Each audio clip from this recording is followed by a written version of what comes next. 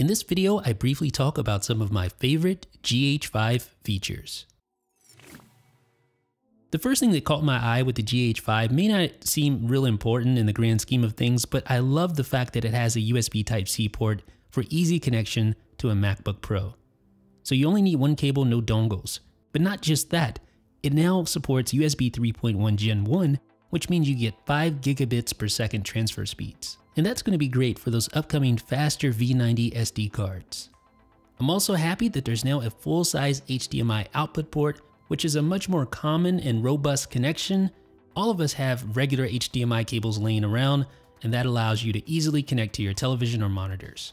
I also love the new dual SD card slot, so you can have 2 SD cards at the same time, and there are multiple ways that you can go about using these. You can use the relay record, which will automatically switch over to the other card once the first one's full, so you can hot swap and continuously record because there's no recording limit.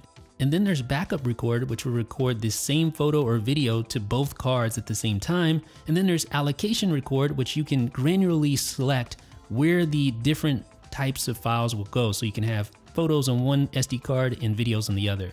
Now, as someone who shoots on Sony cameras, I absolutely love the articulating screen of the GH series cameras. It is so handy to be able to position the screen in pretty much any direction. You can have it in selfie mode like this even, and this can actually save you money because you don't necessarily have to have an external display like you would on a Sony camera, for instance, because you can only shoot when you're behind it because you can't view the screen. For the GH5, the screen is a little bit bigger. It's still a touch screen, so you can use touch to focus, just like that. Needless to say, it's one of my favorite GH5 features. Now, another feature that you may love, especially if you're a handheld shooter, is the optical image stabilization. Of course, you've always had stabilized lenses available, such as this Panasonic 12-35, but now with the GH5, you have in-body image stabilization, 5-axis IBIS. So you can combine both and use a feature called Dual IS2, depending on if you have the right lens, and really benefit from the stabilization. It's really impressive, especially if you shoot handheld often, you're walking around shooting without a tripod. Here's me recording this frog in handheld mode with IS disabled.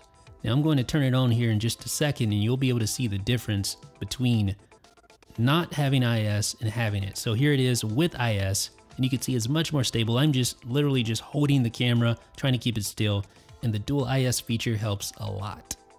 Now, this isn't a new feature, but I love the fact that Panasonic opted to use the same batteries from the GH4 with the GH5. That means you can use all of your old GH4 batteries and have a whole bunch of spares right out of the gate.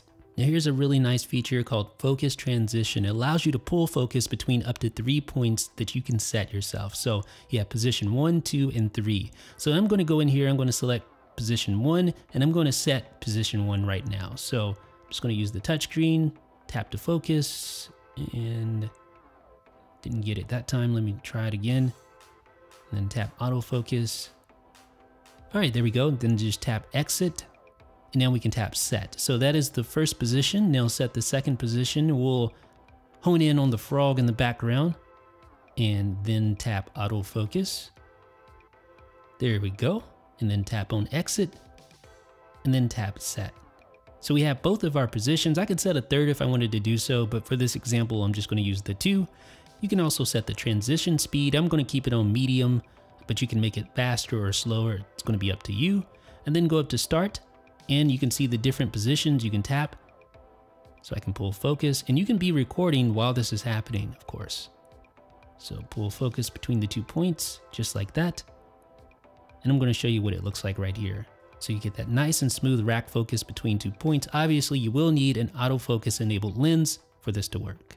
Now, one of the big headlining features for the GH5 was the ability to shoot 4K internally at 60 frames per second. You can see there 4K 60, 8-bit internally, which is really cool. Now, if you want to see what 60 frames per second at 4K looks like, click the card right here so you can see the version of this section of the video that's been exported at 60 frames per second. Another thing that I appreciate about Panasonic cameras is that the file format, even at the higher resolutions and higher qualities, works with the iPad or iOS devices out of the box.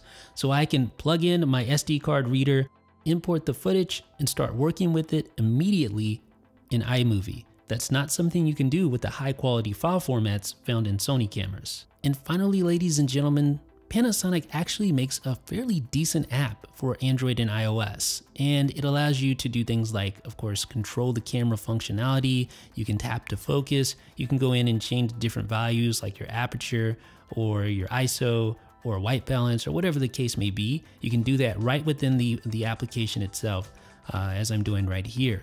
Now, if you shoot a lot of photos, you will especially appreciate the ability to automatically transfer the photos that you take over to your device. So I'm taking a photo right now, and you'll see that automatically transfer over to my device wirelessly. And I can tap that and view it right there on the fly and share it on social media. So ladies and gentlemen, that has been a look at some of my favorite GH5 features. Let me know what you guys think down below. This is Jeff with 9 to 5 Toys.